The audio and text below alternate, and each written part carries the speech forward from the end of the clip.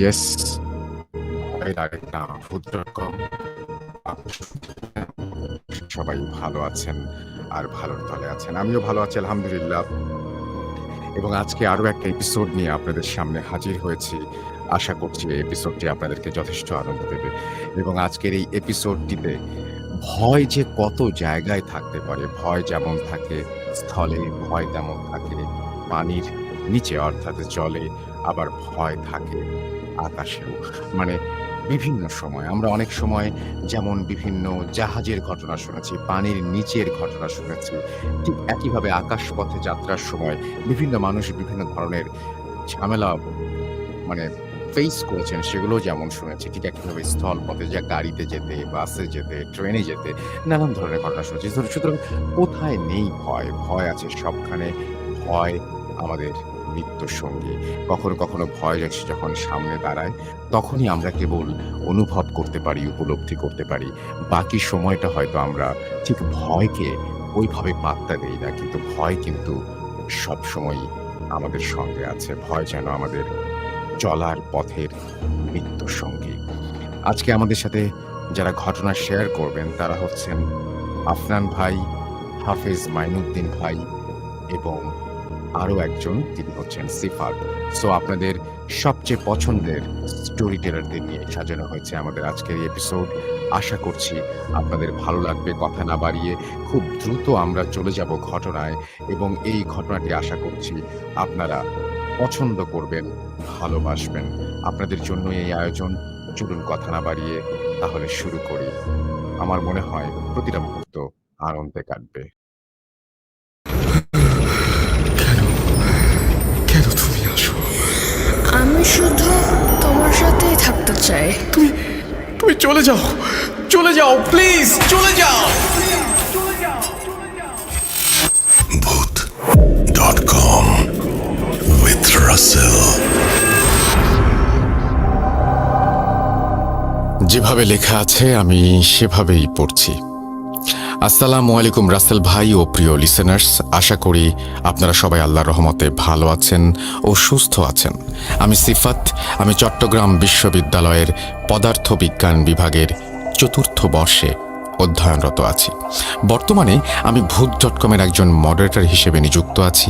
আজ আমি আপনাদের সাথে যে ঘটনাটি শেয়ার করব তা আমি শুনেছি আমার ছাত্রের মায়ের কাছ থেকে। আমার স্টুডেন্টের জন্মদিনে আমাকে তাদের বাসায় দাওয়াত দেওয়া হয়, আর খাবার শেষে আড্ডার মাঝে কথায় কথায় ভূত রিলেটেড কথা চলে আসে। আমি নিয়মিত ভূত.com শুনতাম জন্য আমার স্টুডেন্টকে জিজ্ঞাসা করি যে ভূত.com সে শোনে কিনা। আমার কথা শুনে আমার ছাত্র বলে সে ভূত FM শুনতো, কিন্তু ভূত.com শুরু হয়েছে তা তার জানা ছিল না। আমাদের কথা শুনে আমার ছাত্রের মা আমার কাছে আসেন আর আমার সাথে তার নিজের জীবনে ঘটা এক সত্য ঘটনা শেয়ার করেন। তিনি আমার কাছে ঘটনাটি যেভাবে বলেছেন আমি ঠিক সেভাবেই শেয়ার করছি। ঘটনার মাঝে ভুল ত্রুটি থাকলে দয়া করে ক্ষমা সুন্দর দৃষ্টিতে দেখবেন। কথা না বাড়িয়ে আমি সরাসরি ঘটনায় চলে যাচ্ছি।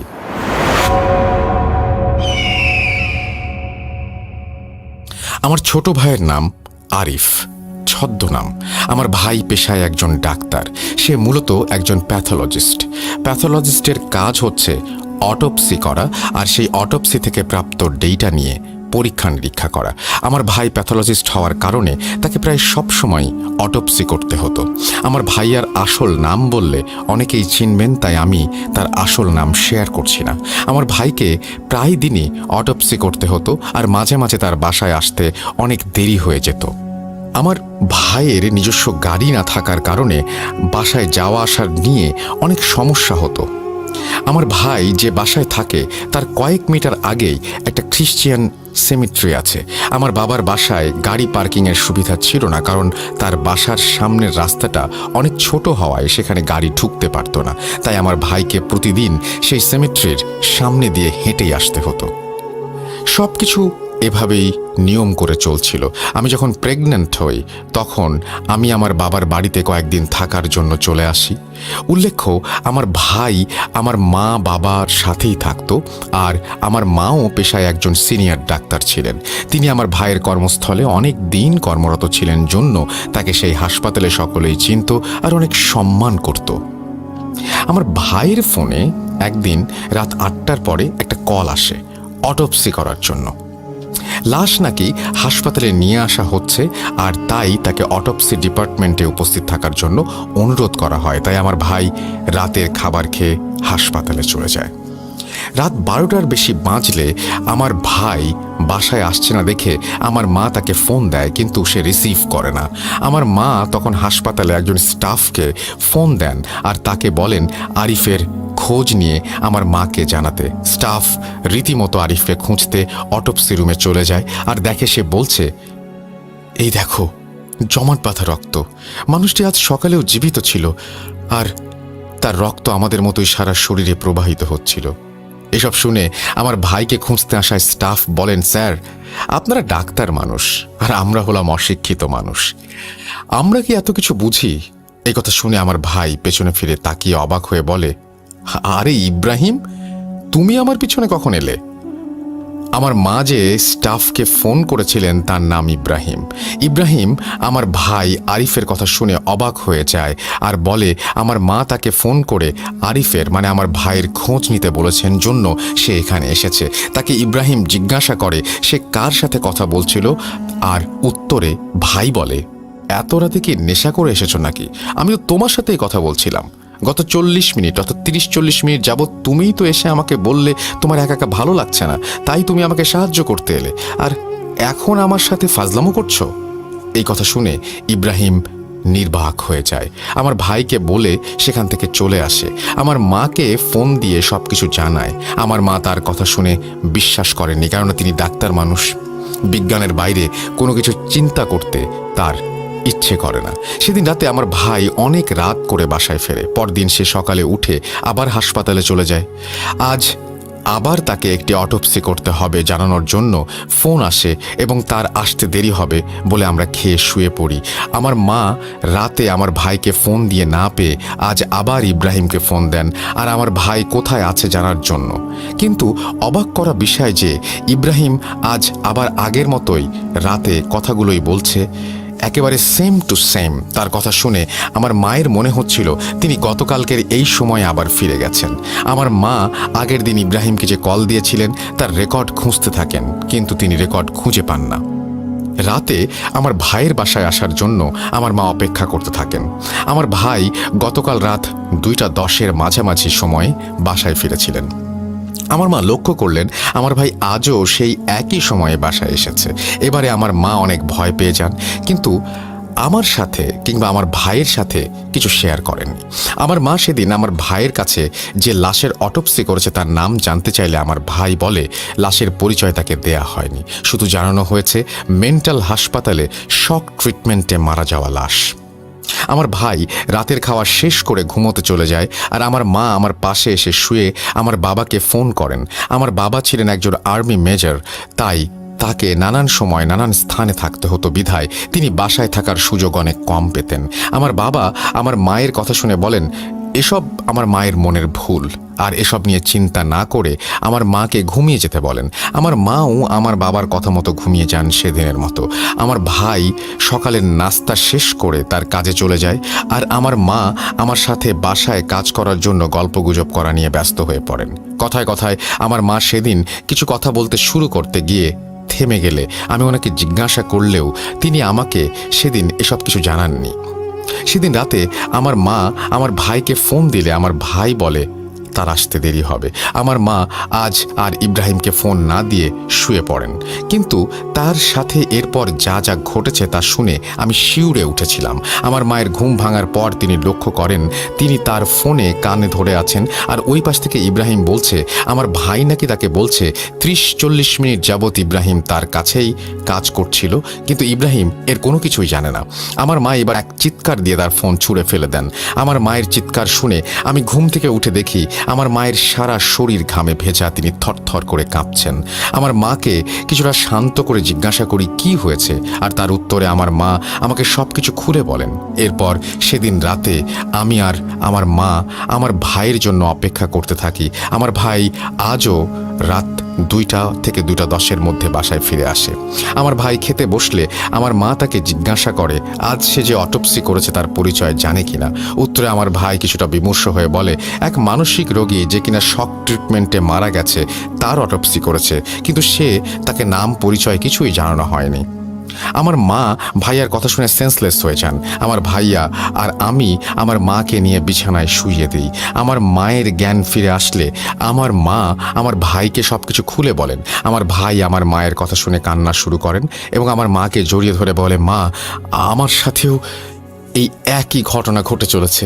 আমি প্রথম যেদিন এই অটোপসি করি সেদিন আমার হাত সামান্য কেটে গিয়েছিল। পরের দিন আমি আবার যখন দেখলাম এই একই কাজ আমাকে করতে হচ্ছে, তখন আমি এসব হয়তো স্বপ্ন দেখছি ভেবে গ্লাভস পরতে যাব, তখন দেখি হাতের সেই কাটা দাগটা। পরে বুঝতে পারলাম আমি কোনো স্বপ্ন দেখিনি। যদি স্বপ্ন দেখতাম তাহলে আমার হাতে কাটা দাগ থাকবে কেন? আমি বুঝতে পারি এই কাজ আমি গতকালও করেছি। আমার ভাইয়ের কথা শুনে আমার মায়ের হুঁশ উড়ে যায়, কিন্তু আমি ভাবতে থাকি আমার সাথে কিছু হচ্ছে না কিভাবে? সবার সাথে একই জিনিস বারবার হচ্ছে, কিন্তু আমার সাথে তাহলে কিভাবে হচ্ছে না? এর ব্যাখ্যা আমি খুঁজে পাচ্ছিলাম না। সেদিন আমার ভাইকে আমার মা হাসপাতালে যেতে নিষেধ করেন। আমার ভাই এরপর টানা কয়েকদিন হাসপাতালে যায়নি। আস্তে আস্তে সব কিছু স্বাভাবিক হয়ে গিয়েছিল। দেখতে দেখতে 7 মাস পার হয়ে যায় আর আমার সিজারের তারিখ চলে আসে। আমার স্বাভাবিকভাবে বাচ্চা জন্ম দেওয়ার কিছুটা প্রবলেম ছিল জন্য আমাকে সিজার করানো হবে ঠিক করা হয়। আমার সিজারের ডেট ছিল ফেব্রুয়ারি 17 তারিখ, কিন্তু 12 ফেব্রুয়ারি সকাল থেকে আমার পেটে হালকা ব্যথা শুরু হয়। আমি আমার মাকে জানালে আমার মা আমাকে বলেন প্রেগন্যান্সির এসব স্বাভাবিক। কিন্তু বিকেলের দিকে আমার ব্যথা চরম আকার ধারণ করার জন্য আমার ভাই হাসপাতাল থেকে অ্যাম্বুলেন্স নিয়ে চলে আসে আমাকে নিয়ে যেতে। অ্যাম্বুলেন্স যখন আমার বাসার সামনে আসে তখন মাগরিবের আজান শুনতে পাচ্ছিলাম। আমি প্রচণ্ড ব্যথায় অজ্ঞান হয়ে যাই। বাকিটুকু আমার মায়ের কাছ থেকে শোনা। তিনি বলেন পরের দিন কুরবানির ঈদ ছিল জন্য রাস্তায় অনেক জ্যাম ছিল, তাই হাসপাতালে পৌঁছাতে অনেক দেরি হচ্ছিল। সেদিন আমাদের সাথে যা ঘটে তা জীবনের এক কালো দিন হিসেবে আমাদের মনে গেঁথে আছে আজও। আমরা জ্যাম পার করে যতবারই হাসপাতালের কাছে আসছিলাম ততবারই আমরা আবার কেন যেন আগের রাস্তায় চলে আসছিলাম। অ্যাম্বুলেন্স ড্রাইভার ভয় পেয়ে এক সময় অজ্ঞান হয়ে পড়ে আর আমার ভাই নাকি ড্রাইভারকে পাশের সিটে রেখে নিজে গাড়ি চালানো শুরু করে। কিন্তু বারবার আমরা সেই আগের রাস্তায় ফিরে আসছিলাম। আমার মা ডাক্তার হওয়ায় তিনি অ্যাম্বুলেন্সেই আমার ডেলিভারি শুরু করে দেন, কেননা তিনি ভালোভাবে বুঝতে পারছিলেন না আজ হাসপাতালে পৌঁছানো সম্ভব হবে কিনা। কিন্তু আমার মা ডেলিভারি শুরু করার সাথে সাথে অ্যাম্বুলেন্সের ভেতরে লাইট নিভে যায় এবং আমার মা তার কানে খুব হালকা একটা ফিসফিস আওয়াজ শুনতে পান। আমার মা প্রচণ্ড ভয় পেয়ে যান আর আমার ভাইকে গাড়ি থামিয়ে পেছনে এসে মোবাইলের ফ্ল্যাশ লাইট জ্বালাতে বলেন। আমার ভাই সাথে সাথে গাড়ি থামান, যা ছিল অন্ধকারাচ্ছন্ন একটি নির্জন রাস্তা। এই সময় বারবার আমার মায়ের ফোনে আমার বাবার কল আসছিল, কিন্তু তিনি তা রিসিভ করেননি, কারণ আমার জীবন নিয়ে টানাটানি অবস্থা। আমার ভাই পেছনে এসে লাইট জ্বালানোর সময় দেখে তার ফোন অফ আর সাথে আমার মায়ের ফোনও অফ। অন্ধকারে অ্যাম্বুলেন্সের ভেতরে আমার ভাই আর আমার মা দেখতে পান দুইটি চোখের মতো কিছু, কিন্তু যাদের মধ্যে সাধারণ চোখের দূরত্ব ছিল অনেক বেশি, যা একবার বন্ধ হচ্ছে আবার জ্বলে উঠছে, আবার একবার বন্ধ হচ্ছে আবার জ্বলে উঠছে, আর একবার আমার মা অন্যবার আমার ভাইয়ের দিকে তাকাচ্ছে। কিছুক্ষণ পর আমার মা আর ভাই শুনতে পান অ্যাম্বুলেন্সের ভেতরে কেউ কিছু খাচ্ছে এমন আওয়াজ হচ্ছে। আওয়াজটা আসছিল অনেকটা শশা বা গাজর খাওয়ার আওয়াজের মতো। আমার মা ভাই আল্লাহকে স্মরণ করতে করতে দোয়া পাঠ করতে থাকেন। কিছুক্ষণ পর সব ঠিক হয়ে যায়, অ্যাম্বুলেন্সের লাইট আপনা আপনি জ্বলে যায়। আমার মা সাথে সাথে কাজ শুরু করেন, আমার ডেলিভারি সম্পন্ন করেন। কিন্তু তারা বাচ্চা বেরিয়ে এলে দেখেন সেটা দেখার জন্য তারা প্রস্তুত ছিলেন না, তারা নিজেদেরকে ধরে রাখতে পারেননি। আমার মা দেখেন আমার হাতে আমার বাচ্চা, যার শরীরে বিভিন্ন জায়গায় চামড়া ফেটে গেছে। দেখে মনে হচ্ছিল বাচ্চাটা পেটের ভেতর থেকে কেউ টেনে চামড়া তার ভেতর দিয়ে নিয়ে যাওয়ার চেষ্টা করেছে এবং তার জন্য ছিঁড়ে বাইরে চলে এসেছে। দুটি কোটরের অনেক ভেতরে ছিল তার সদ্য জন্মানো বাচ্চাটির মুখে দাঁত এবং নাভির সাথে লেগে থাকা কর্ড কামড়ে ছিল সেই দাঁত দিয়ে। এসব দেখে আমার মা আর ভাই অজ্ঞান হয়ে যান। সকালে তাদের চেতনা ফেরে গাড়ির ড্রাইভারের ডাকে। ড্রাইভার তাদেরকে অনেক বকাঝকা করেছিলেন, কারণ আমার ভাই নাকি তাকে পান খেতে দিয়েছিল, যা খাবার পর নাকি সে অজ্ঞান হয়ে যায়। আমার মা আর ভাই জ্ঞান ফিরলে দেখেন অ্যাম্বুলেন্সে আমি নেই। কোনো বাচ্চা বা কোনো রক্তের ছাপও নেই। আমার মা আর ভাই ড্রাইভারকে আমাদের বাসায় পৌঁছে দেবার অনুরোধ করেন, আর ড্রাইভার তাদের বাসায় পৌঁছে দিয়ে যায়। আমার মা বাসায় ঢুকে দেখেন আমার বাবা আর আমার হাজব্যান্ড আমার পাশে বসে আছেন, আর আমার কোলে আমার নবজাতক এক ফুটফুটে কন্যা শিশু। আমার মা আমাকে আর আমার কোলের সন্তানকে দেখে কান্নায় ভেঙে পড়েন আর জিজ্ঞাসা করেন আমি অ্যাম্বুলেন্স থেকে কিভাবে চলে আসলাম। কিন্তু আমি তাদের কথার কোনো আগামাথা কিছুই বুঝতে পারছিলাম না, কেননা আমার মা ভাই সন্ধ্যায় অ্যাম্বুলেন্স আনার কথা বলে সেই যে বেরিয়ে গিয়েছিল আর ফিরেই আসেনি। তাই আমি ব্যথা সহ্য করতে না পেরে আমার বাবা আর আমার হাজব্যান্ডকে ফোন দিলে তারা আমার জন্য ডাক্তার নিয়ে আসে এবং বাসায় আমার ডেলিভারি করানো হয়। আমার মা তখন আমাদের সবার সাথে গতকাল রাতে ঘটা ঘটনা শেয়ার করেন, কিন্তু আমার বাবা বিশ্বাস করতে নারাজ ছিলেন, আর আমাকে এভাবে ফেলে যাওয়ার জন্য তিনি আমার ভাই আর আমার মায়ের সাথে কথা বলা বন্ধ করে দেন।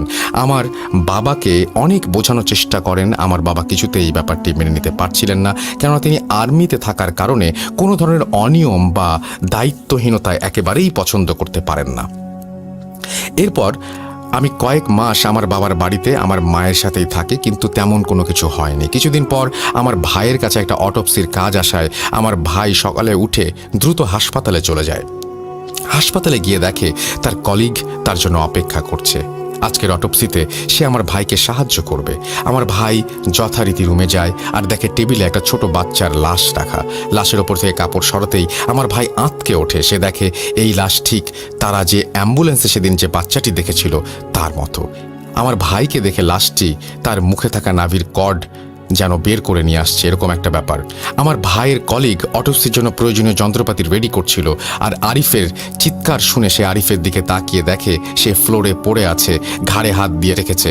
আরিফের কলিগ তাকে কোনো রকমের ধরে চেয়ারে বসায়, আর আরিফ তাকে সবকিছু খুলে বলে। আরিফের কলিগ অবাক হয়ে যায় এই দেখে যে লাশ আরিফ যেমন বলেছে তেমন নয়, লাশটি ছিল অন্য সাধারণ কোনো লাশের মতোই, কিন্তু আরিফের ঘাড়ে তাজা কামড়ের দাগ, অর্থাৎ ওই লাশটি আরিফের ঘায়ে কামড় বসিয়ে দেয় এমনটি দাবি করেছেন তিনি, যা পরিষ্কার দেখা যাচ্ছিল। আরিফের কলিগ তার ঘাড়ের ক্ষততে ব্যান্ডেজ করে দিতে গিয়ে দেখেন সেখানে অনেক গভীর কাটা, এবং এই কাটা পরিষ্কার করতে গিয়ে সে তার ভেতর থেকে একটি মরা তেলাপোকার মাথা বের করে নিয়ে আসে। সে আরিফকে এই বিষয়ে কিছু জানায়নি আরিফ ভয় পাবে বলে, তাই সে আরিফের ক্ষতস্থানে ব্যান্ডেজ করে দিয়ে তাকে বাড়িতে পৌঁছে দেয়। সে আমাদের বাসায় এসে আমার মাকে পুরো ঘটনা খুলে বলে। পেছন থেকে আরিফ সব কিছু শুনে ফেলে, যা আমার মা বা আরিফের কলিগ কেউ খেয়াল করেনি। কিছুক্ষণ পর আরিফের রুম থেকে প্রচণ্ড শব্দ আসতে থাকে। আমার মা আরিফের কলিগ দরজার ভেতর থেকে বন্ধ রেখে দ্রুত প্রতিবেশীর কাছে হেল্প চাইলে আমাদের প্রতিবেশীরা এসে সবাই মিলে দ্রুত দরজা ভেঙে দেখে আমার ভাই ফ্যানের সাথে ঝুলছে। দ্রুত তাকে নামিয়ে নিয়ে আসা হয় এবং হাসপাতালে নেওয়া হয়। আমার মা প্রচণ্ড কান্নাকাটি করা সত্ত্বেও খেয়াল করেন হাসপাতালে যাওয়ার সময় একটু পরপর রাস্তায় একটি লোককে দেখা যাচ্ছিল, যে বারবার আমার মায়ের দিকে তাকিয়ে হাসছিল। লোকটি ছিল অনেক লম্বা আর তার চোখগুলো ছিল অনেক ছোট। তার সামনে অনেকগুলো দাঁত ছিল, তাই সে মুখের বিকৃত হাসি আমার মায়ের শরীরে রক্ত হিম করে দিচ্ছিল। আমার মা অনেক কষ্টে নিজেকে সামলে নিয়ে আমার ভাইকে হাসপাতালে নিয়ে তার চিকিৎসা করা শুরু করেন। আমার ভাইয়ের প্রায় 7 ঘন্টা জ্ঞান ছিল না। আমার ভাইকে বেডে রেখে আমার মা বাবাকে কল করে সব জানিয়ে ওয়াশরুমে যান ফ্রেশ হতে। আমার মা ফিরে এসে দেখেন আমার ভাই কাত হয়ে শুয়ে আছে, আর তার ঘাড়ের সেই ক্ষতটাতে ব্যান্ডেজে জমে থাকা রক্ত খাচ্ছে কয়েকটি তেলাপোকা। আমার মা এটা দেখে খুব ভয় পান। আমি আর আমার বাবা পৌঁছালে আমাদের সব খুলে বলেন, কিন্তু আমার বাবা প্রতিবারের মতো এবারেও কিছুই বিশ্বাস করেননি। আমার ভাইয়ের জ্ঞান ফিরলে তাকে জিজ্ঞাসা করা হয় সে কেন সুইসাইড করতে গিয়েছিল। সে বলে আমাদের কথা শুনে রুমে গিয়ে দেখে তার সামনে অটোপসি রুমে সেই বাচ্চাটি এসে দাঁড়িয়ে আছে। বাচ্চাটাকে জোর করে 1 গ্লাস পানি খাওয়ায়। সেই পানির মধ্যে সে আঙুল থেকে 1 ফোঁটা রক্ত মিশিয়ে আমার ভাইকে খাওয়ায়। এরপর আমার ভাইয়ের আর কিছু মনে নেই। আমার মা তখন আমাদের এলাকার এক হুজুরের পরামর্শ নেন, কিন্তু কোনো হুজুরই কিছু বুঝতে পারছিলেন না। আমার ভাই সুস্থ হতে প্রায় 4 মাস লেগে যায়। আমার ভাই সুস্থ হলে তার সাথে তেমন কিছু ঘটেনি। কিছুদিন পর আমি, আমার মা, আমার ভাই, আমার হাজব্যান্ড গ্রামে আমার নানুর বাড়িতে যাই এক মামাতো ভাইয়ের বিয়েতে। আমার গ্রামের বাড়িটি ছিল শহরের মতোই পাকা বাড়ি। আমি প্রায় 4 বছর পর আমার নানু বাড়িতে গিয়েছিলাম। আমরা সকলেই অনেক উৎসাহিত ছিলাম আমার মামাতো ভাইয়ের বিয়ে নিয়ে। আমার নানু বাড়িতে গেলাম। আমার ভাইয়ের বিয়ে একদম ঠিকঠাকভাবেই মিটে গেল। আমার মামাতো ভাই একদিন রাতে আমার হাজব্যান্ড হাজব্যান্ড ও আমার ভাইকে বলল সে মাছ ধরতে যাবে, আর সে চায় আমার হাজব্যান্ড আর আমার ভাই যেন তার সাথে মাছ ধরতে যায়। আমার হাজব্যান্ড আমাকে ডেকে বললেন তিনি আর আরিফ আমাদের মামাতো ভাইয়ের সাথে যাচ্ছেন মাছ ধরতে। আমি তাদের তাড়াতাড়ি চলে আসতে বললাম, আর তারা তিনজন আমার চোখের সামনে মাছ ধরতে আমাদের বাড়ি থেকে 600 থেকে 650 মিটার দূরে একটি বিলে চলে গেল। খুব বেশি রাত হয়নি তখন। আমার ভাই আর আমার হাজব্যান্ড বড়শি নিয়ে বেরিয়ে পড়ে রাত 7টার কিছু আগে। আমি, আমার মা, আমার নানু আর আমার বাড়ির নতুন এক বউ রুমে বসে কথা বলছিলাম।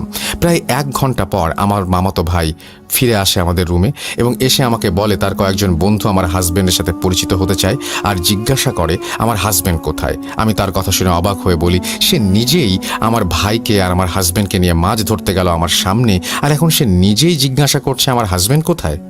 আমার কথা শুনে তার মুখ ফ্যাকাশে হয়ে যায়। সে কাউকে কিছু না বলে তার বন্ধুদের নিয়ে চলে যায় সেই বিকেলে বিলের কাছে।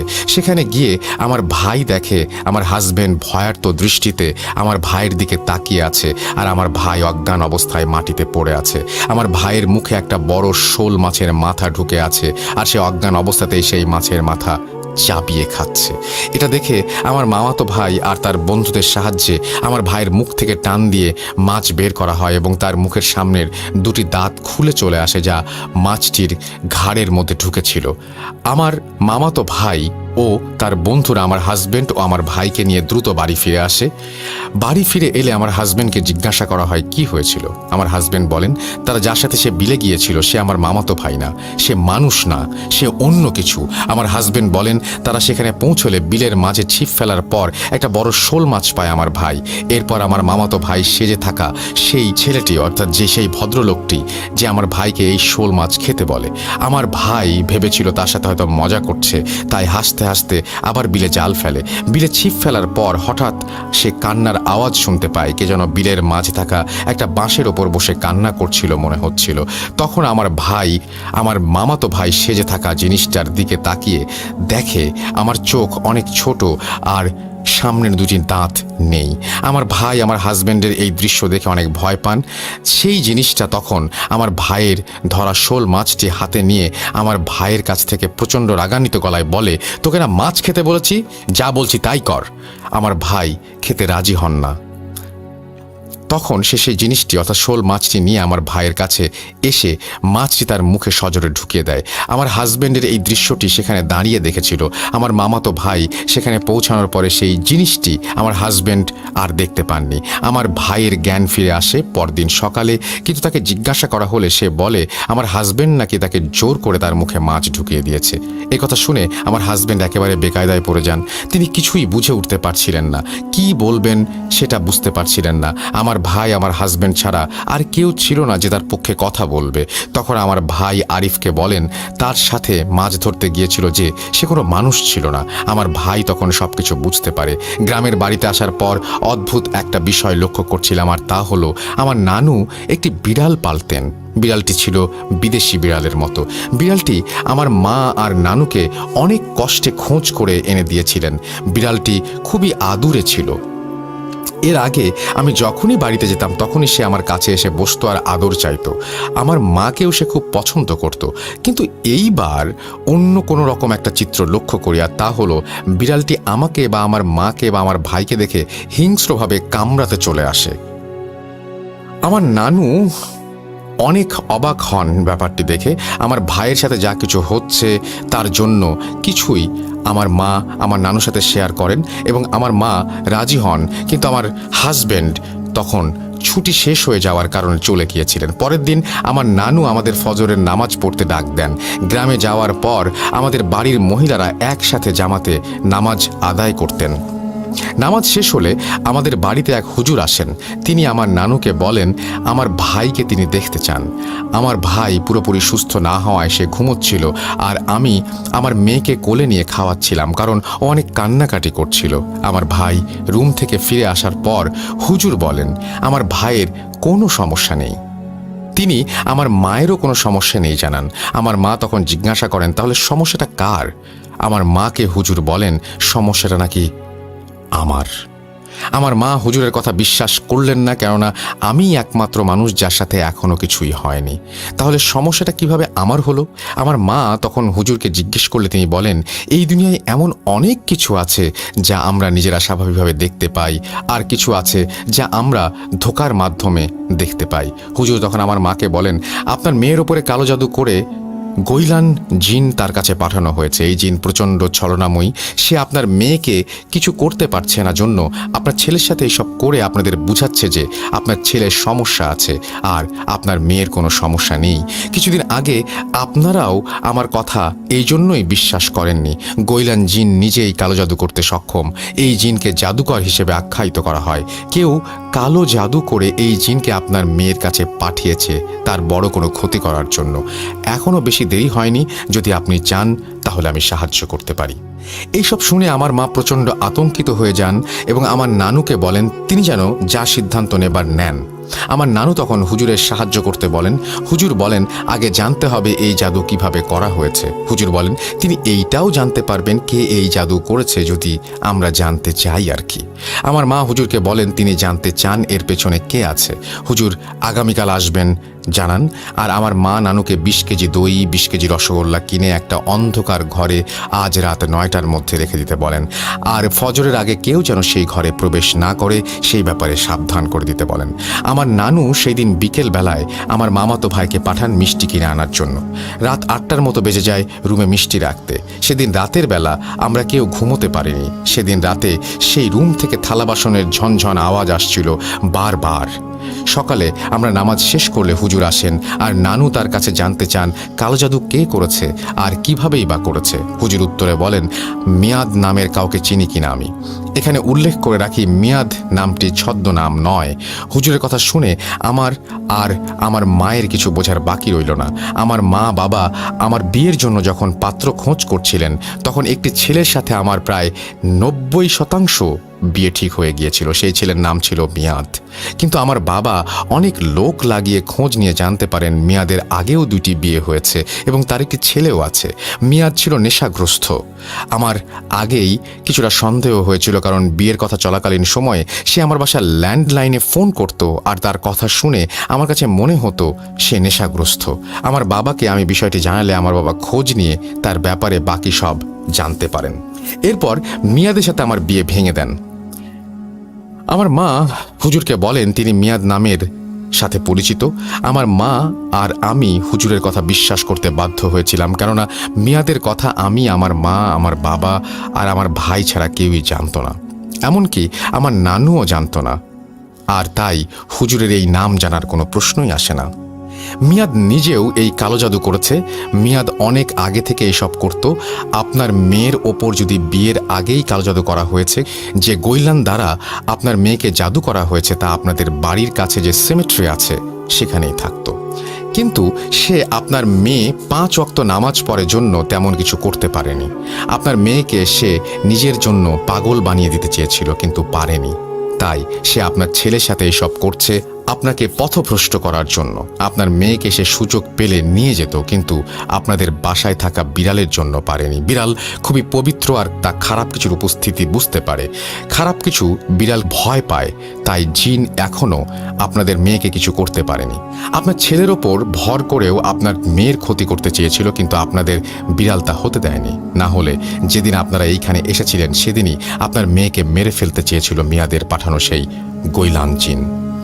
কালো জাদুর মাধ্যমে জিন তার ক্ষমতা বৃদ্ধি করেছিল আপনার মেয়েকে মারার জন্য। আগে ক্ষমতা কম থাকায় কিছু করতে পারেনি, কারণ আপনার মেয়ে 5 ওয়াক্ত নামাজ আদায় করত। এই বাসায় বিড়াল থাকায় ক্ষমতাও কমে গিয়েছিল। আজ রাতে আমি তাকে হাজির করব আর তাকে বোঝানোর চেষ্টা করব, কিন্তু এজন্য আপনাদের অনেক দামি কিছু হয়তো হারাতে হতে পারে। আমার মা আর নানু এই কথা শুনে খুব ভয় পেয়ে যান। আমার বাবাকে আমার মা ফোন দিয়ে আসতে বলেন। আমার বাবা অনেক ব্যস্ত থাকার পরও চলে আসেন আমাদের গ্রামের বাড়িতে। সন্ধ্যায় আজান দিলে আমরা হুজুরের জন্য অপেক্ষা করতে লাগলাম। হুজুর একটু দেরিতে আসায় তিনি ঈশার নামাজ পড়ে একটি রুমে শুধুমাত্র একটা মোমবাতি জ্বালিয়ে আমাকে, আমার বাবা মা, আমার ভাই, আমার নানুকে রুমে থাকতে বললেন। এরপর হুজুর আমার মাথায় হাত দিয়ে দোয়া পড়তে শুরু করলেন। এর আগে আমাকে বসিয়ে একটা চেয়ারের সাথে বেঁধে রাখা হয়েছিল যেন আমি কোনোভাবেই কোনো কিছু করতে না পারি জিন আমার উপরে ভর করলে। হুজুর আমার মাথার ওপরে হাত দিয়ে দোয়া পড়তে শুরু করেন এবং হুট করে আমার কি হলো, আমি খুব অন্ধকার একটা ঘরে বন্দি। আমি অনেক আওয়াজ দিচ্ছি কিন্তু কেউ আমার আওয়াজ শুনতে পাচ্ছে না এমন মনে হচ্ছে। এরপরে ঘটনা আমি আমার মায়ের মুখ থেকে শুনেছি, যা ছিল এরকম। আমি নাকি হুজুরের দোয়া পড়ার সাথে সাথে অজ্ঞান হয়ে যাই। কিছুক্ষণ পর আমি প্রচণ্ড মাথা ঝাড়া দিই আর আমার চুল আমার মুখের সামনে এসে পড়ে, আমার চেহারা ঢেকে দেয়। এই অবস্থায় আমি নাকি গড়গড় করতে থাকি এবং আমি অনেকবার চেষ্টা করছিলাম নিজের হাত কামড়াবার, কিন্তু আমার হাত বাঁধা ছিল জন্য আমি তা পারিনি। হুজুর আমার উপর ভর করা জিনকে জিজ্ঞেস করেন সে কেন এখানে এসেছে। সে বলে, আমার নাম বাতিয়া, আমি এই মেয়ের আত্মা নিতে চাই। এই জিন ছিল বয়স্ক এবং অনেক শক্তিশালী। এমন চলাকালীন এক সময় আমি নাকি আবার মাথা ঝাড়া দিলে আমার চেহারা সবার সামনে ভেসে ওঠে। আমার চেহারা ছিল আমার ভাইকে হাসপাতালে নেবার সময় আমার মা রাস্তায় একটু পরপর যাকে দেখেছিল ঠিক তার মতো। আমার চোখ নাকি অনেক ছোট ছিল, আমার কোনো নাক ছিল না, নাকের স্থানে একটি কাঁটার মতো কি যেন ছিল। হুজুর এরপর আমার উপরে জমজমের পবিত্র পানি ছিটিয়ে দেন আর আমি নাকি প্রচণ্ড যন্ত্রণায় চিৎকার করতে থাকি। এরপর জিন আমার শরীর ছেড়ে দেওয়ার আগে বলে, 20 বছর, মেয়ের 20 বছর হলে তোকে নিয়ে যাব, কেউ কিচ্ছু করতে পারবে না। এখানে বাতিয়া আমার মেয়েকে নিয়ে যাওয়ার কথা বলছে। এই কথা বলে বাতিয়া আমার শরীর ত্যাগ করে, আমি জ্ঞান ফিরে পাই। জ্ঞান ফেরার পর আমাকে সবকিছু জানানো হয়। হুজুর সেদিন আমাকে আর আমার মেয়েকে দুটি শক্তিশালী তাবিজ দেন আর বলেন এই তাবিজ দুটি যেন কখনোই হাতছাড়া না হয়। যদি হয় তাহলে আমার মেয়েকে 20 বছর পূর্ণ হবার পর সেই জিন নিয়ে যাবে আর আমার মেয়েকে মেরে ফেলবে। আমি আগামী 2023 সালের 13 ফেব্রুয়ারি আমার মেয়ের জন্মদিন। আমি জানি না কি হবে সেদিন, আমি বেঁচে থাকবো কিনা বা আমার মেয়ে আমার কাছে থাকবে কিনা আমি জানি না। এখনও মাঝে মাঝে কেউ আমাদের দিকে নজর রাখছে, আমাদের জন্য অপেক্ষা করছে। মেয়াদের ব্যাপারে আমার বাবা মা অনেক খোঁজ করেছিলেন কিন্তু পরে আর কোনো খোঁজ পাওয়া যায়নি। এভাবেই আতঙ্ক নিয়ে বেঁচে আছি আমি। আমার জন্য দোয়া করবেন। আমি আমার ছাত্রের মাকে বলি এই ঘটনাটি ভূত.com-এ শেয়ার করতে চাই যেন সবাই আপনার জন্য দোয়া করতে পারে। তিনি আমাকে ঘটনাটি শেয়ার করার অনুমতি দেন। আমি সাহস করে তার কাছে রেকর্ড করা সেই অডিও শুনতে চাই। তিনি আমাকে সেটি শোনান। অডিওটি ছিল অনেকটা ডিস্টার্বিং আর এখনও মনে হয় গায়ে আমার কাঁটা দিয়ে ওঠে। আমি তার কাছে সেই ফাইল চাওয়ার সাহস করিনি। এই ছিল ঘটনা। লিসেনার, আপনাদের কাছে ঘটনাটি শেয়ার করা হলো। আপনারা আমার ছাত্রের বড় বোন, তার জন্য এবং তার মায়ের জন্য দোয়া করবেন। আপনারা দয়া করে তাদের জন্য দোয়া করবেন যেন তাদের কোনো ক্ষতি না হয়। ভূত.com-এ শেয়ার করার মাধ্যমে যদি কেউ আপনাদের দোয়া পায় তাহলে আমার ঘটনা পাঠানো সার্থক হবে। রাসেল ভাই, ঘটনাটি আপনি প্রচারযোগ্য মনে করলে প্রচার করবেন, আমি অনেক খুশি হব। ভূত.com দীর্ঘজীবী হোক। আসসালামু আলাইকুম। নাম সিফাত আলম, তারপরে তিনি তার ফোন নাম্বার শেয়ার করেছেন। অনেক মানুষ আছেন এখানে, অনেক লিসনার আছেন আমাদের যারা এই ঘটনাটি শেষ জানতে চাইবেন এবং 13 ফেব্রুয়ারি 2023 এই দিন যদি ভূত.com থাকে ইনশাআল্লাহ আমরা আপনাদেরকে জানিয়ে দিতে পারবো যে কি হয়েছিল তার পরের ঘটনা। আপনাদের জন্য অনেক অনেক শুভকামনা। ধৈর্য নিয়ে এই ঘটনাটি শোনার জন্য আপনাদেরকে অনেক অনেক ধন্যবাদ। আশা করছি এই ঘটনাটি আপনাদের ভালো লেগেছে। যদি এতটুকু ভালো লাগে তাহলে আমাদের কষ্ট সার্থক হবে। চলুন আমরা চলে যাই আমাদের পরের ঘটনায়।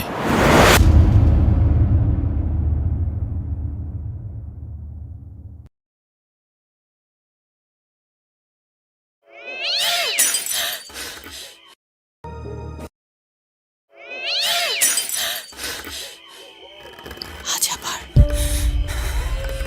শুনতে পাচ্ছেন শব্দটা? ভয়ের আরেক নাম ভূত.com with Russell.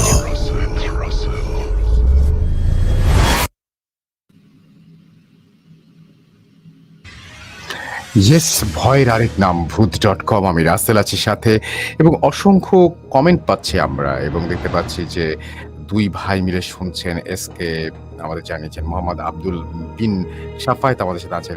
SH মুন্না আমাদের সাথে আছেন। আমাদের সাথে আছেন দেখতে পাচ্ছি আব্দুল আজিম, আদিল রাফি আমাদের সাথে আছেন। আমাদের সাথে আছেন MD রাসিফ, আছেন আমাদের সাথে তৌসিফ, তাহসিন সহ আরো অনেকে। থ্যাংক ইউ ভেরি মাচ যারা আমাদের সঙ্গে আছেন এবং আমাদেরকে শুনছেন। আমাদের ইমেল অ্যাড্রেস হচ্ছে russell.booth.com@gmail.com। আপনার নাম, ঠিকানা এবং ফোন নাম্বার সহ আপনার জীবনে ঘটে যাওয়া সেরা ঘটনা কিন্তু আপনি শেয়ার করতে পারেন আমাদের সাথে যদি আপনি চান। আর আমিও পুরোটা সময় আপনাদের সঙ্গে থাকবো এবং আপনারাও পুরোটা সময় আমাদের সঙ্গে থাকবেন সেই আশা করব। আর আমাদের বিঞ্জের পেজটা আপনারা একটু ভিজিট করবেন। সেখানে অনেক ধরনের কনটেন্ট আমাদের রিলিজ হচ্ছে booth.com এর সত্য ঘটনা অবলম্বনে, দেখে ফেলবেন আশা করি। আর আমাদেরকে রেগুলার ঘটনা পাঠান যাতে করে আরো বারবার বেশি বেশি করে আপনাদের সামনে ফিরে আসতে পারি। চলে যাচ্ছি আমাদের পরের ঘটনায়। আশা করছি এই ঘটনাটিও আপনাদের ভালো লাগবে। যদি ভালো লাগে অবশ্যই জানাবেন। Spirit, be here with me.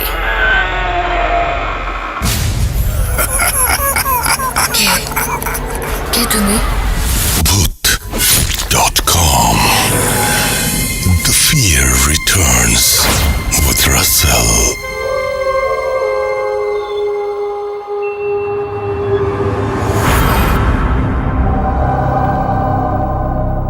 আপনারা সবাই জানেন যে আমাদের সাথে এই মুহূর্তে উপস্থিত আছেন হাফেজ মাইনুদ্দিন সাহেব এবং আমরা কথা না বাড়িয়ে সরাসরি চলে যাব তার কাছে।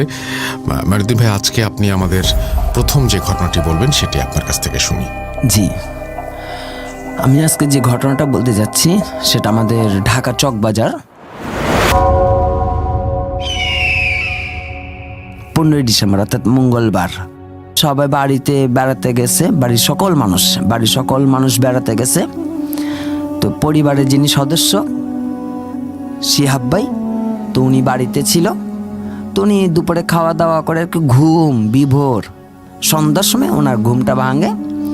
তো চারপাশ তো খুবই অন্যরকম সাজসজ্জা করানো এবং আতশবাজি চলতেছিল চকবাজারের এই সাইডেও, কিন্তু উনি ওনার বাড়িতে একা। তো উনি সন্ধ্যার যখন ঘুম থেকে উঠলেন, উনি চা খাবেন। সে ওই মুহূর্তে যখন উনি কিচেনে গেলেন চা বানানোর জন্য, কিন্তু ঘরের ভিতরে উনি কিছু শব্দ শুনতে পাচ্ছে, মহিলা, পুরুষ, শিশু, বাচ্চা একসাথের মতো, যে অনেক হইচই কথা শুনতেছে। তো উনি বলতেছে আমার বাড়ি তো খালি, হয়তো পাশে হতে পারে। এখন দেখা যাচ্ছে শব্দটা খুব আস্তে আস্তে ওনার কাছে সামনে আসতেছে। ওনার কাছে হয়তো কেউ বিচার নিয়ে আসতেছে, কেউ অভিযোগ নিয়ে আসতেছে, এমন কিছু। তো উনি বের হলেন, রান্নাঘর থেকে বের হলেন, দেখেন যে কিছুই না। শুধু যে বিষয়টা উনি লক্ষ্য করলেন, ওনার রান্নাঘর থেকে বের হওয়ার সময় তার যে বেডরুমটা থাকে, বেডরুমের ড্রেসিং টেবিলের আয়নাতে কিছু একটা দেখা যাচ্ছে, যেটা নাকি উনি খুব অকল্পনীয়, যেটা উনি কখনো দেখানো নাই, যেটা উনি কল্পনা করেননি। সেটা খুবই ভয়ঙ্কর একটা সুরত, একটা শুধু অবয়বটা, মুখটা, বাকি কোনো কিছুই না। উনি থম খেয়ে যান, যা উনি চিন্তা করতে থাকেন যে এটা কি আমার একার জন্য না বাস্তব কোনো কিছু ঘটতে চায়। তখন উনি কিছুক্ষণ দাঁড়িয়ে দুরূদ শরীফ পড়তে থাকেন, নাকি কিছু সূরা কালাম পড়ছেন। উনি পড়ে ফু দিয়ে উনি খুব সাহস করে নিয়ে উনি ওনার বেডরুমেতে যান। বেডরুমে যখন যাবেন, আবার বেডরুমের যখন দরজা কাছাকাছি, উনি নাকি আবার পেছনের অনেক শব্দ শুনছেন। বলছে পেছন থেকে আমাকে হয়তো কেউ ডাকতেছে অভিযোগ করার জন্য বা বিচার দেবার জন্য। অনেক চেঁচামেচি, বাচ্চা, মহিলা, পুরুষ, এরকম অনেকজনের শব্দ হচ্ছে। তো উনি বললেন এইখান থেকে আসলো, এখন আবার আমার পেছন থেকে শব্দ আসছে কেন? উনি সেই সাহস করে নিয়ে কি তার বেডরুমেই যান, যে বেডরুমটাতে কি আছে। যখন নাকি উনি বেডরুমে যান, উনি সেই বেডরুমে যেয়ে দেখেন কে যেন ফাঁসিতে ঝুলে আছে। একেবারে অদ্ভুত বিষয়। উনি তো আসলেন বেডরুম থেকে, এখন এখানে কে পুরো পা দুটো ঝুলতেছে। উনি আর ওইখানে থাকতে পারেননি, উনি সাথে সাথে অজ্ঞান হয়ে গেছিলেন। অজ্ঞান হওয়ার সময় চিৎকার দিয়েছেন। তার সাথে যে ফ্ল্যাটের মানুষজন ছিল তারা আসছে, আসার পরে খুব পানি দিছে, সেবা দিছে, দেওয়ার পরে তাকে সুস্থ করবার জন্য নিয়ে রাখছে। ওরাও ভাবছে যে একাকি থাকে, তো ভয় পায়, একা থাকার কারণে প্রচণ্ড ভীতু। তো উনিও বলতেছে যে না, আমার তো এরকম ভয় ভীতি অনেক দিন ধরে থাকি, এরকম তো আমার ভয় ভীতি থাকার কারণ না। পরবর্তীতে আমাকে ফোন করে। সেই লোকটা বলে যে আমার এরকম পরিচিত একজন লোক আছে, আমি তাকে সংবাদটা দিই। সে আমাকে নিয়ে ফোন করে, আমি সেখানে রাত্রিবেলাতে যাই, 10টা-11টার উপরে বেশি বাজে। আমি যে যখন বসি সেইখানে আরও কিছু অদ্ভুত রাত্রিবেলা আমরা দেখতে পারি।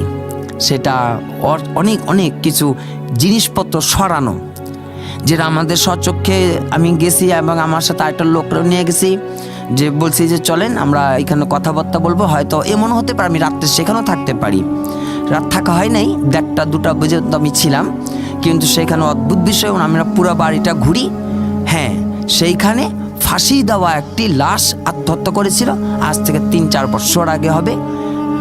এই ফাঁসির বিষয়টা হচ্ছে তারা বিচার চাইতেছে, এবং এই যে উনার কাছ থেকে বিচার চাইতেছে, যে উনাকে বারবার বলা হচ্ছে উনাকে একা পাওয়া যায় না, যেমন গতকাল একা পাইছে, এখন তার কাছে বিচারের জন্য সবাই দৌড়ে আসতেছে।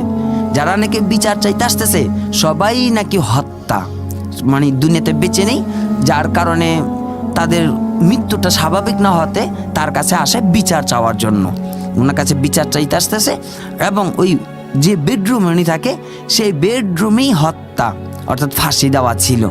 তো আমরা এখানে সব কিছু পরীক্ষা করে দেখলাম, কিন্তু সবচেয়ে বেশি ভয়ঙ্কর যেটা আমরা এখনও খুঁজে পাইনি, হয়তো আমাদের সন্দেহে, আমরা বলছি পরে, নিচতলা একটা স্টোর রুম আছে যেটা জিনিসপত্র রাখা হয়, আর নতুবা ছাদের উপর, সেই ছাদের উপর আর নতুবা একতলাতে সেই লাশের কোনো কিছু এখনও রয়ে গেছে, যার কারণে বারবার দেখা দিচ্ছে। অর্থাৎ ওই ঘরটাতে এখন আরও বেশি করে, 1তলার থেকে নিয়ে 4তলা পর্যন্ত এখন বেশি মাত্রায়, যখন আমরা কাজ করে আসছি এখন বেশি মাত্রায় সবাইকে জ্বালাতন করতেছে, যা আগে কখনই করতো না, নীরব ছিল। 15ই ডিসেম্বরে শুধু হয়, এবং এখন বর্তমানে 2টা দিন, আজকে 3টা দিন খুব বেশি রকম তারা বিরক্ত করতেছে, যে তারা বিচার চাচ্ছে, এবং ওই লোকটাকে বেশি রকম দেখাচ্ছে যে ফাঁসি দিয়ে মারা গেছে, এবং তার খুব পরিচিত একজন, উনি বিচার চাচ্ছে। ঘরে জিনিসপত্রগুলো এলোমেলো করতেছে, কখনো ওনার লাশ যেমন সাদা কাফন পরিহিত, চোখ মুখ দিয়ে নাকি রক্ত বের করা, ওনার সামনেই নাকি বসে বলতে থাকে যে আমাদের কথাটা শোনো, কিন্তু উনি তো বুঝতে পারে না এটা কি বলবে বা কি শুনবে। ভাইয়া এটাই ছিল ঘটনা চকবাজারের সামনে। আর কি ভয়ঙ্কর জিনিসটা আমরা যেটা, যে মৃত ব্যক্তির কি লাশের কোনো কিছু না ব্যবহৃত কোনো কিছু নিচতলাতে অথবা ছাদ উপরেটা রয়ে গেছে, যেটা এখন বের করতে হবে খুঁজে। এটা খুবই ভয়ঙ্কর বাড়িটা হয়ে গেছে এখন। না, আপনার কথা শুনে আমরা বুঝতে পারছি সেটা, এবং আশা করছি যে এই ঘটনাটা আপনাদেরও ভালো লেগেছে। মাইনুদ্দিন ভাই যখন আসেন তখনই আমাদের চমৎকার চমৎকার ঘটনা উপহার দেন। তো আমরা মাইনুদ্দিন ভাইয়ের কাছে আবারও ফিরে আসব। আমরা চলে যাচ্ছি আমাদের আজকের পরের ঘটনায়।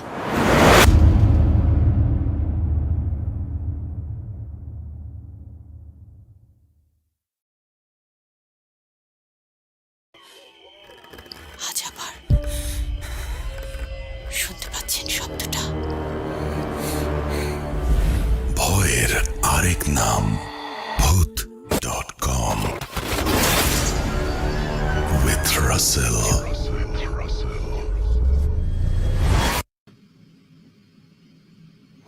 ইয়েস, ভয়ের আরেক নাম ভূত.com আপনারা শুনছেন আমার সাথে, এবং আমি আছি আপনাদের সাথে। এবং একটা চমৎকার ঘটনা শুনলাম হাফেজ মাইনুদ্দিন সাহেবের কাছ থেকে।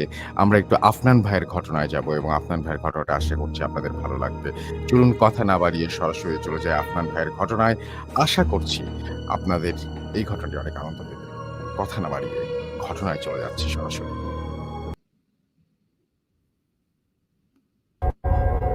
Spirit, be here with me.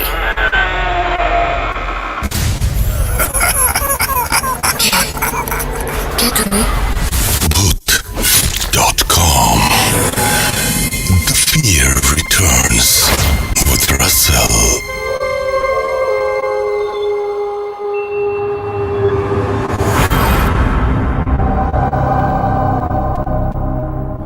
আপনাদের সবাইকে আরও একবার স্বাগত জানাচ্ছি। এই মুহূর্তে আমাদের স্টুডিওতে উপস্থিত আছেন আফনান ভাই, যিনি এই নতুন বছরের শুরুতেই তার ঘটনা নিয়ে এসছেন, এবং নতুন বছরের শুরু বলেই তিনি স্টুডিওতে এসে আপনাদের সাথে তার ঘটনাটি শেয়ার করবেন। চলুন আমরা কথা না বাড়িয়ে সরাসরি চলে যাই আফনান ভাইয়ের কাছে। আফনান ভাই, আপনার লাস্ট যে 2 উইকের ঘটনা, সেই ঘটনা মানুষ অনেক পছন্দ করেছে, নতুন বছরের যে ঘটনাটি সেই ঘটনাটি শুনি আপনার কাছ থেকে। আসসালামু আলাইকুম রাসেল ভাই অ্যান্ড লিসেনার্স, সবাইকে অশেষ ধন্যবাদ। সর্বপ্রথম কৃতজ্ঞতা প্রকাশ করছি মহান আল্লাহ তাআলার দরবারে, কারণ তিনি আমার কাজগুলোকে সহজ করে দিয়েছেন। অনেক সময় অনেক ঘটনা খুঁজলেও পাওয়া যায় না, আবার অনেক কখনো কখনো কোনো ঘটনা এমনিতেই চলে আসে। লাস্ট 2 উইকের যে ঘটনা সেটা এমনই ছিল যে এটা আসলে আমাকে খুঁজতে হয়নি, মানে ঘটনাটা অটোমেটিক্যালি আমার কাছে চলে আসছে আর কি। এই জন্য আল্লাহ তাআলার দরবারে শুকরিয়া আদায় করছি। আর হাসান ভাই যিনি এই ঘটনাটি আমাকে দিয়েছিলেন, ওনার সাথে আমার কথা হয়েছে পরবর্তীতেও, তো উনিও খুব ভালো লেগেছে, বলে যে ভাইয়া আমি যেরকম শুনেছি এবং আমাদের সাথে ঘটনা, তো আপনার কাছে শোনার পর আরও বেশি জীবন্ত লাগছিল। তো যাই হোক রাসেল ভাই, উনি আরও অনেক ঘটনা আমাদেরকে পাঠাবেন, উনি বলেছেন ওনার সাথে আরও অনেক ঘটনা আছে এবং আমি পর্যায়ক্রমে ইনশাল্লাহ ওনার সেই ঘটনাগুলো আপনাদের সামনে উপস্থাপন করব। তো রাসেল ভাই, আমি গত ইসে বলছিলাম যে কাকতালীয়ভাবে আমার কাছে বারবার শুধু পানি কেন্দ্রিক ঘটনা চলে আসছে এবং আমি এটা কোনোভাবে কেন জানি অ্যাভয়েড করতে পারছি না, এবং এখনও যেটা বলবো এটা মানে ওই রকমই একটা ঘটনা।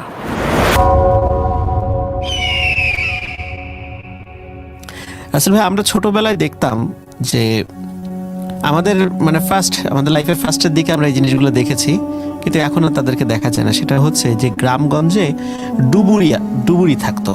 ওই অনেক সময় আমাদের মা, খালা, চাচিরা যদি পুকুরে গোসল করতে যেতেন, অনেক সময় তাদের স্বর্ণালঙ্কার পুকুরে হারিয়ে যেত।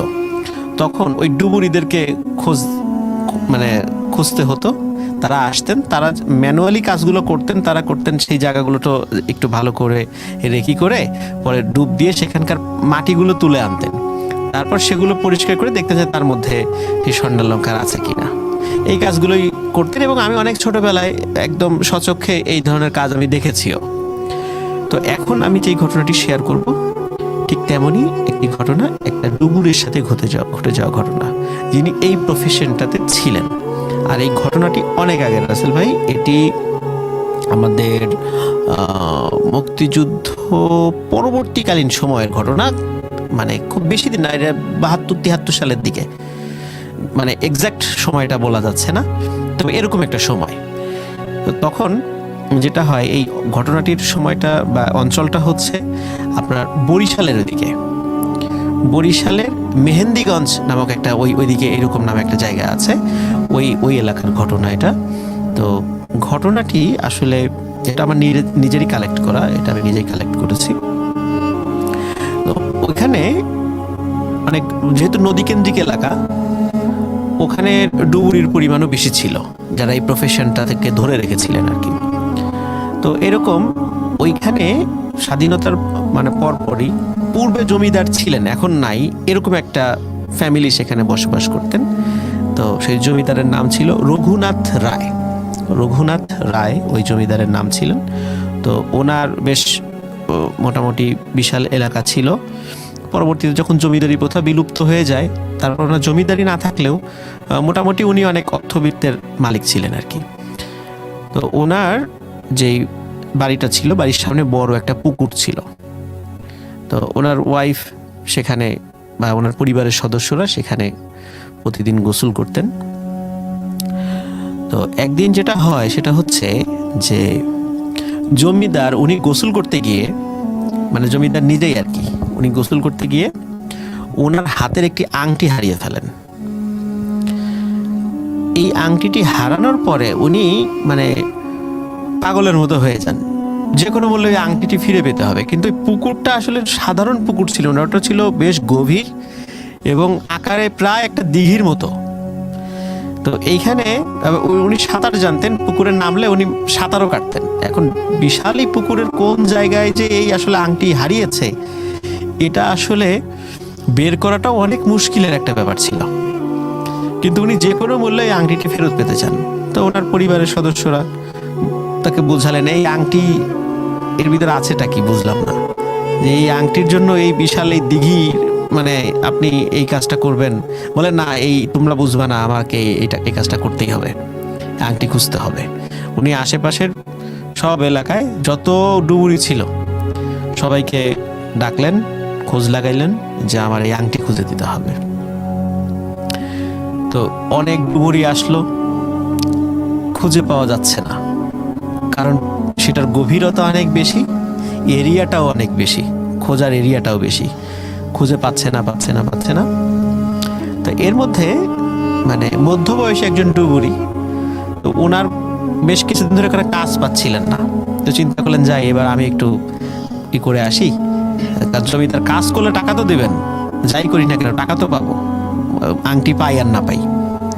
তখন উনি সেখানে আসেন, জমিদারের অনুমতি সাপেক্ষে উনিও খুঁজতে থাকেন।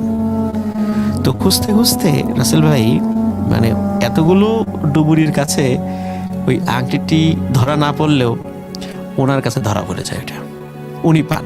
উনি যখন ডুব দিয়ে ওই কাদা মাটি নিয়ে আসছিলেন, ওটা যখন উপরে উঠিয়েছেন, তখন উনি যখনই একটা জিনিস চকচক করছিল তখন উনি বুঝতে পারেন যে এইটা তার সেই আংটি। কিন্তু ওনার মধ্যে সময় লোভ কাজ করে যে কেউ যেহেতু পায় নাই, আমিও বলবো আমিও পাই নাই, তাহলে আর তেমন কোনো সন্দেহ করবে না, কারণ কেউ পায় নাই, তাহলে সবাই যেহেতু পায় নাই তাহলে আমিও পাই নাই, তাহলে এটা নিয়ে তো আর তেমন কোনো কথা হবে না। উনি এই চিন্তা করেছে। তো উনি ঝটপট সেটাকে লুকিয়ে ফেলেন এবং মিছিমিছি আরো কিছু ডুব দিয়ে খোঁজার অভিনয় করেন, পরে বলেন যে পাই নেই। তো জমিদার তার মন খারাপ, তারপরও সে যেহেতু সারাদিন কষ্ট করেছে তার পেমেন্ট তাকে বুঝিয়ে দেন, উনিও চলে যান। এখন সমস্যা হলো রাসেল ভাই, যেহেতু এইটা একটা স্পর্শকাতর জিনিস, এই আংটিটি উনি কোথাও গিয়ে যদি বিক্রি করতে চান তাহলে কিন্তু আশেপাশের লোকজন তাকে ধরে ফেলবে যে এই তুমি এই আংটিটা কই পাইলা। তো উনি চিন্তা করে সবকিছু ঠান্ডা হয়ে যাক, পরে একটা সময় গিয়ে এটা আমি বিক্রি করব, আপাতত জিনিসটা মানে চাপা পড়ে যাক, এই ঘটনাটা সবাই ভুলে যাক, তারপর আমি এটা বিক্রি করবো। উনি এই চিন্তা করেছেন। এই চিন্তা করে উনি ওই ওনার ঘরে একটা কাঠের বক্স ছিল, যেটাকে আমরা সিন্দুক বলি, কিন্তু এটা অত বড় ছিল না, একটা ছোটখাটো ছিল আর কি। তো ওইটার মধ্যে উনি ওই আংটিটা রেখে দেন। তো ওনার একটা সন্তান ছিল, ছেলে সন্তান, ওনার ওয়াইফ ছিল, এবং 3 সদস্যের ওনার পরিবার ছিল আর কি। তো 2-3 দিন পরে হঠাৎ রাতের বেলা উনি মানে ঘরের মধ্যে একটা আওয়াজ শুনতেছিলেন, সেটা কেমন ঠক ঠক ঠক ঠক ঠক ঠক এরকম আওয়াজ শুনতেছিলেন, যেমন কাঠের দরজায় নক করলে আমরা যেরকম শব্দ শুনি, ঠক ঠক ঠক ঠক আওয়াজ। তো মনে হচ্ছে যে এরকম ঠক ঠক আওয়াজ হচ্ছে। তখন উনি চিন্তা করলেন যে ওনার ঘরে তো কাঠের দরজা নাই, মানে কোনো মতে মানে একটা সাধারণ দরজা আর কি, সেটা কাঠের না, সেটা হয়তো ওই যে চাটাই দিয়ে তৈরি করা এক ধরনের দরজা, গরিব মানুষ যেহেতু। তো উনি চিন্তা করেন কি ব্যাপারে, এই শব্দটা কোথা থেকে আসছে। তো উনি প্রথমে মনে করছেন হয়তো বা ওই অনেক সময় টিকটিকি বা এরকম, বা ইঁদুরও অনেক সময়, বা বিভিন্ন ধরনের প্রাণী এসে শব্দ করতে পারে, বা এরকম যে কোনো কারণে শব্দ হতে পারে। তো উনি ওই চিন্তা করে প্রথম রাত্রে আর এটা বেশি কিছু মনে করেননি। পরের রাত্রে রাসেল ভাই ঠিক যখন মধ্যরাত্রি, তখন কিন্তু এরকম ঠক ঠক ঠক ঠক আওয়াজ শুরু হয়। তখন উনি চিন্তা করেন যে আচ্ছা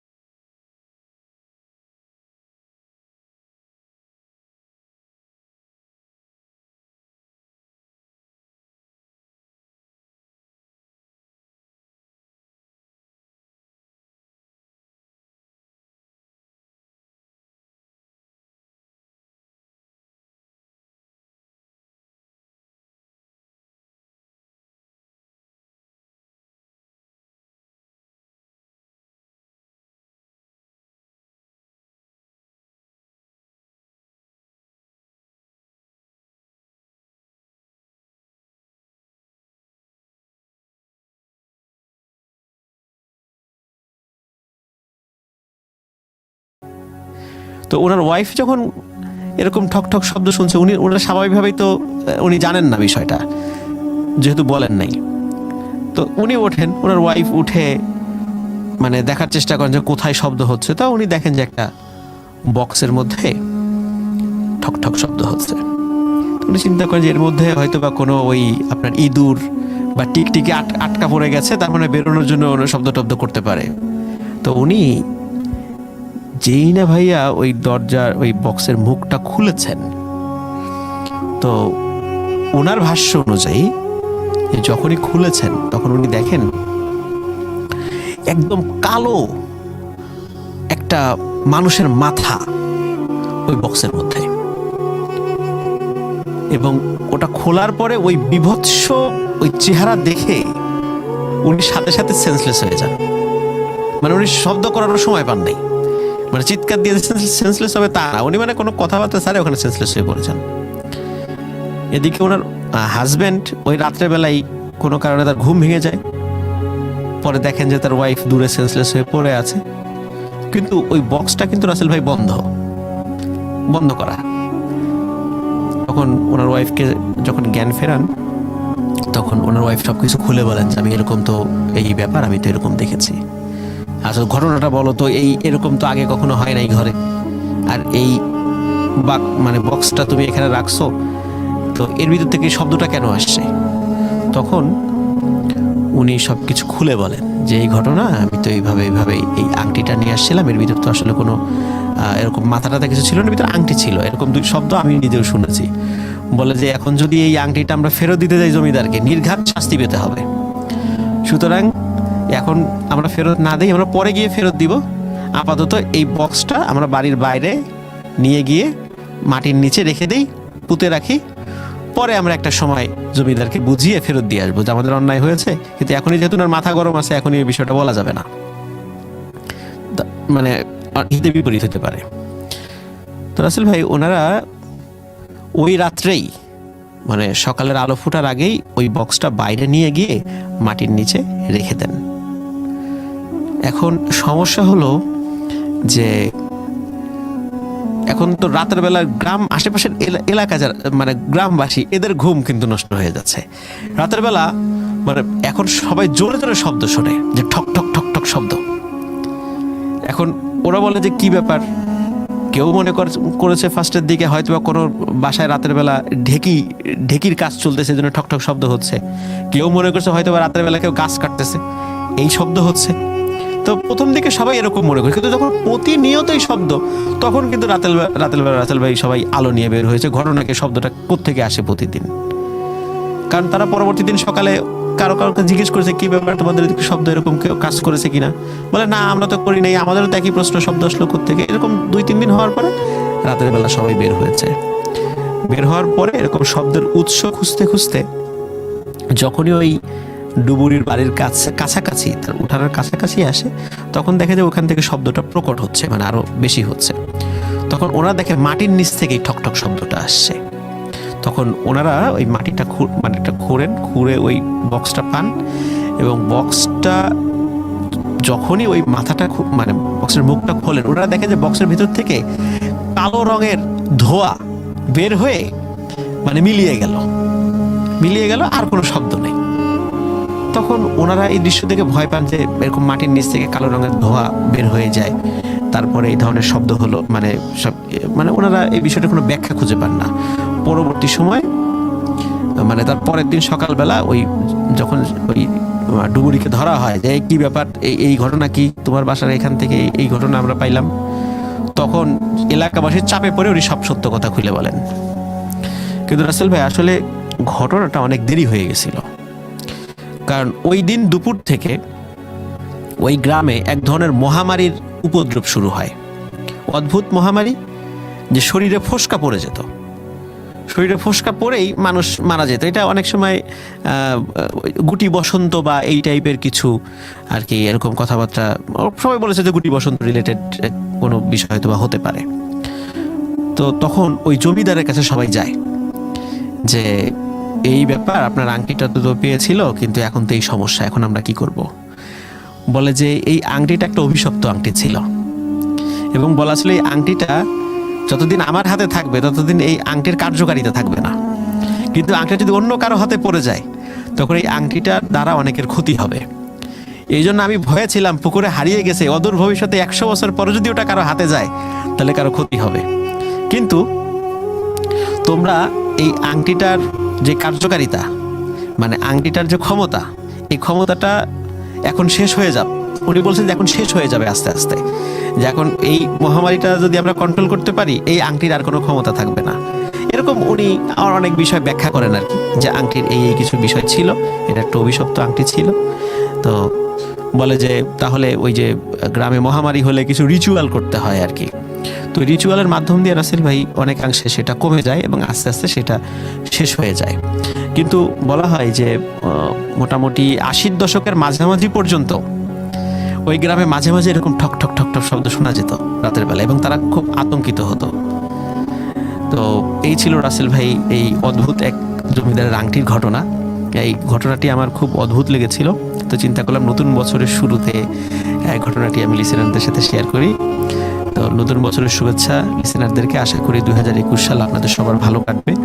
আমরা 2021 সালে একটি সুন্দর একটা পৃথিবী চাই।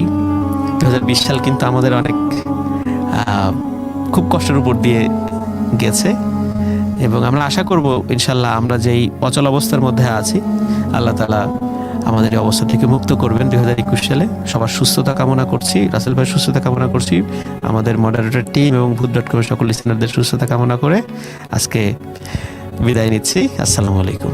ওয়ালাইকুম আসসালাম। আমি যেটা বলতে চাই সেটা হচ্ছে যে আমার প্রথম যেটা মনে হয়েছে যে আমরা সবসময় দুটো জিনিস আমি খুব ধাক্কা খেয়েছি। একটা, নাম্বার 1, আংটি রিলেটেড যখন ঘটনা হয় তখন সেই ঘটনাগুলোর মধ্যে একটা খুব কমন ঘটনা আছে, যে ঘটনাটা সবাই পাঠান। এখন আমি এই ঘটনা আসলে সূত্রপাত কোথায়, যে বন্যা হয়েছিল, সেই বন্যার মধ্যে একজন, কোনো সময় বলেন পুরুষ, কোনো সময় বলেন মহিলা, সে ভাসতে ভাসতে কোনো একটা অঞ্চলে চলে যায় এবং সেইখানে দেখা যায় তার হাতে একটা আংটি আছে। সেই আংটিটা তার হাত থেকে কেটে নেয় এবং কেটে নেবার পরে তারপরে কিছু ঘটনা ঘটে। এই ঘটনা আপনারা সবাই জানেন, এই ঘটনা রেগুলার আমাদের কাছে আসে। বিভিন্ন সময় বিভিন্ন জন বলেন আমার অমুকের সাথে ঘটনাটা ঘটেছে। এখন আমার মনে হচ্ছিল যে এই ঘটনাটা ওরকম হবে কিনা। না, এই ঘটনাটা সেরকম হয় নাই।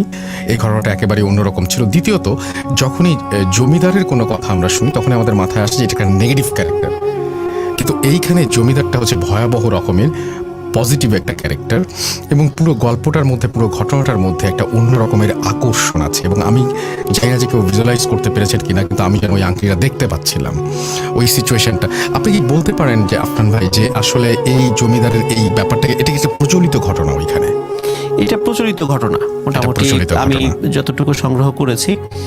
তবে ওই দেখা যাচ্ছে যে গ্রামের অনেক পুরাতন মুরব্বী যারা আছেন তারা ওই ঘটনার সাক্ষী আছেন। আর এখন বিশেষ করে যারা ইয়াং জেনারেশন আছেন, আমি ইয়াং জেনারেশনের কাছ থেকে সংগ্রহ করেছি, উনি এমনভাবে ঘটনাটি আমাকে বলেছেন যে একদম তাচ্ছিল্যভাবে, যে ধুর এগুলা সব কিছু না, এগুলা মানে কুসংস্কার। তো ওই কুসংস্কারের ওনার ওই তাচ্ছিল্য গল্পটাই আমার কাছে ভালো লেগেছে আসলে। চমৎকার চমৎকার। আপনাকে আমি বলেছিলাম রাসেল ভাই যে আপনার নামটা বলবো কিনা, বলে যে না ভাই আমার নামটা বলতে হবে না। আমি বললাম আচ্ছা ঠিক আছে, নাম ছাড়া আমি গল্পটা শেয়ার করবো। যাই হোক, আপনাকে অবশ্যই শুভেচ্ছা, এবং আমাদের আজকে যারা স্টুডিওতে উপস্থিত ছিলেন তাদের সবার জন্য অবশ্যই শুভেচ্ছা রইল। এবং বছরের শুরুটা আমাদের খুব চমৎকারভাবেই শুরু হলো, সেই আশাটা রাখতে পারি আমরা। তো thank you so much Afnan ভাই। আমাদের আরও স্টুডিওতে আরও মানুষজন আছেন যারা ঘটনা শেয়ার করবেন। আমরা চলে যাব আমাদের পরবর্তী ঘটনায়। আজ আবার শুনতে পাচ্ছেন শব্দটা? ভয়ের আরেক নাম ভূত.com with Russell। খুবই ভালো লাগছে যে এখনো পর্যন্ত অনেকে আমাদের সঙ্গে আছেন, এবং যারা আমাদের সঙ্গে আছেন তাদেরকে অসংখ্য ধন্যবাদ। এতক্ষণ পর্যন্ত যারা আমাদেরকে শুনলেন তাদেরকে অসংখ্য ধন্যবাদ। আমাদেরকে সাপোর্ট করে যান, আমাদের ইউটিউব চ্যানেলটি সাবস্ক্রাইব করুন, আমাদের ফেসবুক পেজ হচ্ছে www.facebook.com/rastel.স্বাধীন। সেখানে আপনারা যে কোনো কোয়েশ্চেন থাকলে সেটা জিজ্ঞেস করতে পারেন। আজকের মতো এখানেই শেষ করছি আমাদের আজকের এই এপিসোড। আশা করছি আপনাদের ভালো লেগেছে। সবাই ভালো থাকুন, সুস্থ থাকুন, মোস্ট ইম্পর্টেন্টলি ভূত.com-এর সাথে থাকুন। আল্লাহ হাফেজ।